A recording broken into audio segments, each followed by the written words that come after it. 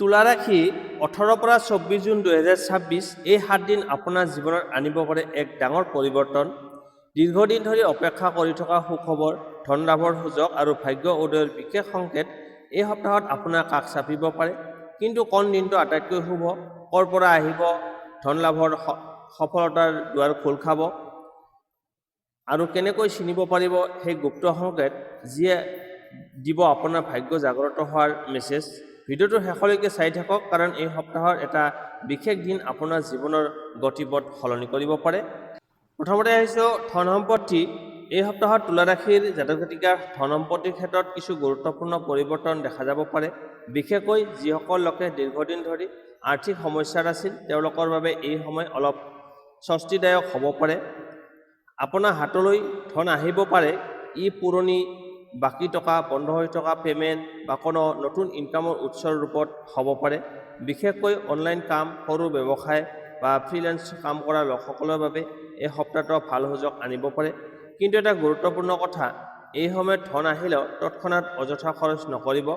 বিশেষকৈ বিলাসিতা, অপ্ৰয়োজনীয় বস্তু কিনা বা হঠাৎ সিদ্ধান্ত লোৱা খৰচৰ পৰা আঁতৰি থাকক। কাৰণ এই সপ্তাহত ধন আহিব পাৰে, কিন্তু স্থায়ী সঞ্চয় কৰিলেহে ভৱিষ্যতে লাভ পাব। ব্যৱসায়ীসকলৰ বাবে নতুন ডিল বা নতুন গ্ৰাহক আহিব পাৰে। কোনো নতুন চুক্তি বা পাৰ্টনাৰশ্বিপৰ সুযোগ দেখা দিলে ভালকৈ পৰীক্ষা কৰি আগবাঢ়িব। খৰধৰ নকৰিব, কাগজ-পত্ৰ ভালদৰে পঢ়ি চাব। চাকৰি কৰা লোকসকলৰ বাবে ইনচেণ্টিভ, বোনাছ বা অতিৰিক্ত ইনকামৰ সম্ভাৱনা আছে। কিন্তু এই সময়ত সহকৰ্মীৰ সৈতে বিতৰ্ক এৰাই চলিলে ভাল ফল লাভ কৰিব। এই সপ্তাহত এটা গুপ্ত সংকেত হৈছে, যদি আপুনি টকা পইচাৰ সৈতে জড়িত কোনো পুৰণি কাম আৰম্ভ কৰে, তেন্তে সফলতা আহিব পাৰে।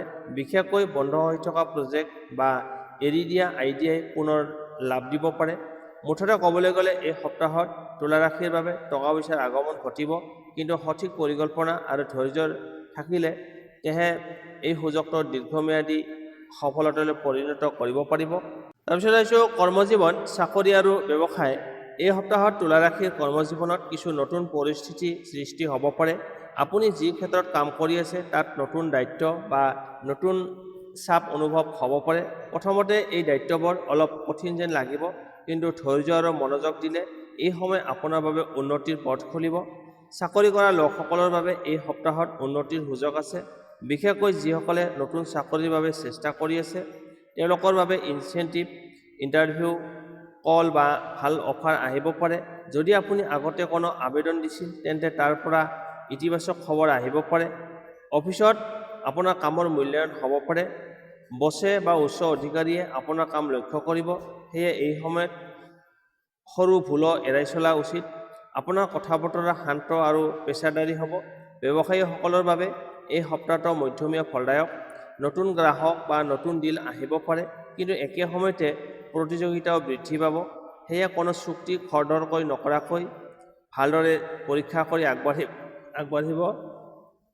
নতুন পাৰ্টনাৰশ্বিপৰ সুযোগ দেখা দিলে সাৱধানে সিদ্ধান্ত ল'ব। বিশ্বাসযোগ্যতা বা ডকুমেণ্ট চেক কৰা খুবেই প্ৰয়োজন। এই সময়ত সৰু ভুলো পিছত ডাঙৰ সমস্যাৰ কাৰণ হ'ব পাৰে।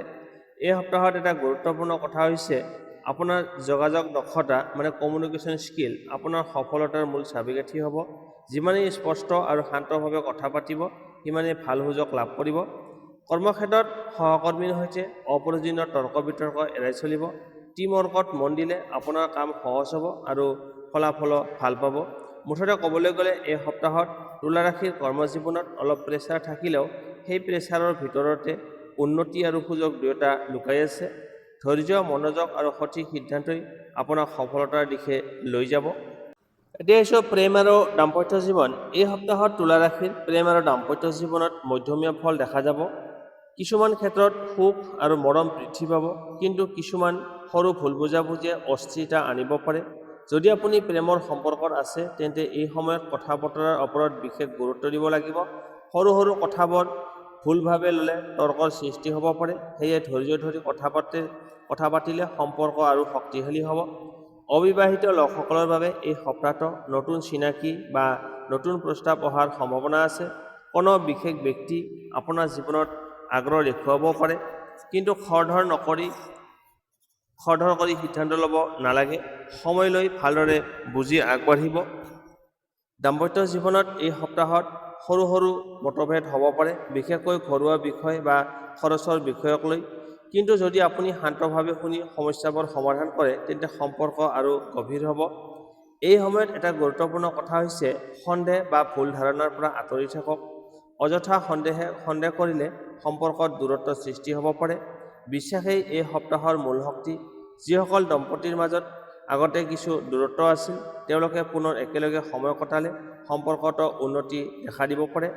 একেলগে বাহিৰলৈ যোৱা বা সৰু ফূৰ্তিৰ মুহূৰ্ত ভাগ বতৰা উপকাৰী হ'ব। প্ৰেম জীৱনত এই সপ্তাহৰ গুপ্ত সংকেত হৈছে কথা কম, বুজা বেছি। যিমানেই আপুনি বুজি চলিব, সিমানেই সম্পৰ্কত শান্তি আৰু সুখ বৃদ্ধি পাব। মুঠতে ক'বলৈ গ'লে এই সপ্তাহত তুলা ৰাশিৰ প্ৰেম আৰু দাম্পত্য জীৱনত অলপ সাৱধানতা ৰাখিলে সম্পৰ্ক অধিক গভীৰ, স্থিৰ আৰু সুখী হ'ব পাৰে। এতিয়া আহিছোঁ স্বাস্থ্য আৰু শিক্ষাৰ ক্ষেত্ৰ।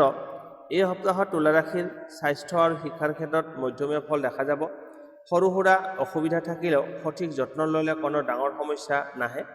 স্বাস্থ্যৰ ক্ষেত্ৰত এই সময়ত মানসিক চাপ বা ভাগৰুৱা অনুভৱ অলপ বেছি হ'ব পাৰে। বিশেষকৈ কামৰ প্ৰেছাৰ বা চিন্তাৰ বাবে টেনচন বৃদ্ধি পাব পাৰে। সেয়েহে দৈনিক পৰ্যাপ্ত পৰিমাণে ৰেষ্ট লোৱা খুবেই প্ৰয়োজন। খাদ্যৰ অভ্যাসৰ ওপৰত গুৰুত্ব দিয়ক।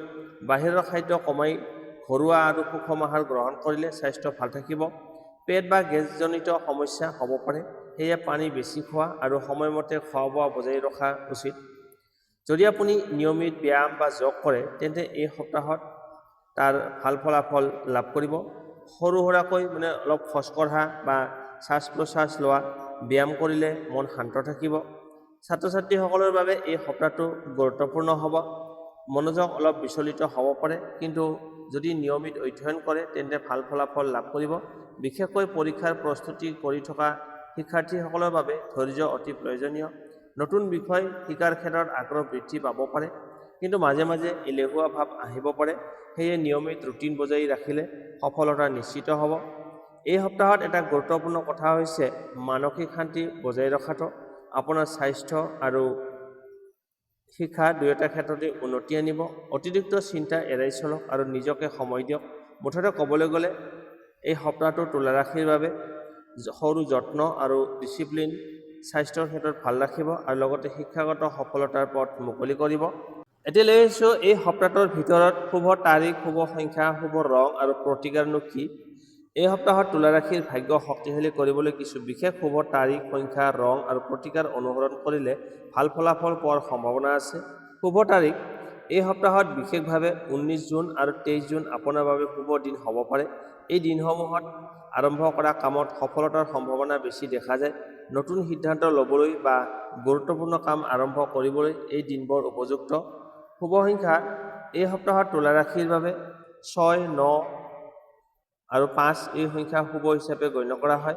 এই সংখ্যাবোৰ যদি আপুনি দৈনন্দিন জীৱনত ব্যৱহাৰ কৰে, তেন্তে কোনো সিদ্ধান্ত, নম্বৰ বাছনি বা গুৰুত্বপূৰ্ণ কামত তেন্তে ইতিবাচক ফল পাব পাৰে। শুভ ৰং। এই সপ্তাহত আপোনাৰ বাবে সেউজীয়া আৰু হালধীয়া ৰং অতি শুভ। এই ৰং পৰিধান কৰিলে মানসিক শান্তি বৃদ্ধি পাব আৰু ভাগ্য শক্তিশালী হ'ব। বিশেষকৈ গুৰুত্বপূৰ্ণ দিনত এই ৰং ব্যৱহাৰ কৰিলে আত্মবিশ্বাস বৃদ্ধি পাব পাৰে। এতিয়া হৈছে প্ৰতিকাৰ ৰেমেডি। এই সপ্তাহত এটা সহজ কিন্তু ফলপ্ৰসূ প্ৰতিকাৰ হৈছে প্ৰতিদিনে সূৰ্য উদয়ৰ সময়ত সূৰ্যক পানী অৰ্পণ কৰক আৰু নমস্কাৰ কৰক। ইয়াৰ ফলত আত্মবিশ্বাস আৰু ধন সম্পত্তিৰ শক্তি বৃদ্ধি পায়। শুক্ৰবাৰে মা লক্ষ্মীৰ নামত সেউজীয়া ফল বা সেউজীয়া বস্তু দান কৰিলে আৰ্থিক স্থিতি উন্নত হ'ব পাৰে। লগতে ঘৰত পৰিষ্কাৰ পৰিচ্ছন্নতা বজাই ৰাখিলে ইতিবাচক শক্তি বৃদ্ধি পায়। এই সময়ত এটা গুৰুত্বপূৰ্ণ কথা হৈছে বিশ্বাস আৰু ইতিবাচক চিন্তাই আপোনাৰ ভাগ্য শক্তিশালী কৰে। নেতিবাচক চিন্তা এৰাই চলিলে এই সপ্তাহত আপোনাৰ বাবে অতি শুভ হ'ব। মুঠতে ক'বলৈ গ'লে এই শুভ তাৰিখ, সংখ্যা, ৰং আৰু প্ৰতিকাৰ মানি চলিলে তুলা ৰাশিৰ জাতক জাতিকাই এই সপ্তাহত সফলতা আৰু শান্তি দুয়োটাই লাভ কৰিব পাৰিব।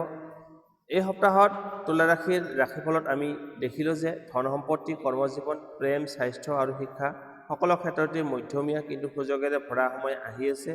সঠিক সিদ্ধান্ত, ধৈৰ্য আৰু শান্ত মন থাকিলে এই সপ্তাহটো আপোনাৰ বাবে সফলতাৰ দিশে লৈ যাব পাৰে। বিশেষকৈ সৰু সৰু সুযোগবোৰক যদি আপুনি সঠিকভাৱে ধৰি লয়, তেন্তে ডাঙৰ পৰিৱৰ্তন আহিব পাৰে। এই সপ্তাহৰ গুপ্ত সংকেত হৈছে ধৈৰ্যই আপোনাৰ ভাগ্যৰ চাবিকাঠি। যদি এই ৰাশিফল আপোনাৰ ভাল লাগিছে তেন্তে লাইক কৰক, শ্বেয়াৰ কৰক আৰু কমেণ্টত আপোনাৰ ৰাশি লিখক আৰু চেনেলটো ছাবস্ক্ৰাইব কৰি ৰাখিব নতুন আপডেটৰ বাবে। আজিলৈ বিদায় লৈছোঁ। পৰৱৰ্তী সপ্তাহত আৰু এটা নতুন ভাগ্যৰ যাত্ৰালৈ পুনৰ দেখা হ'ম। ধন্যবাদ।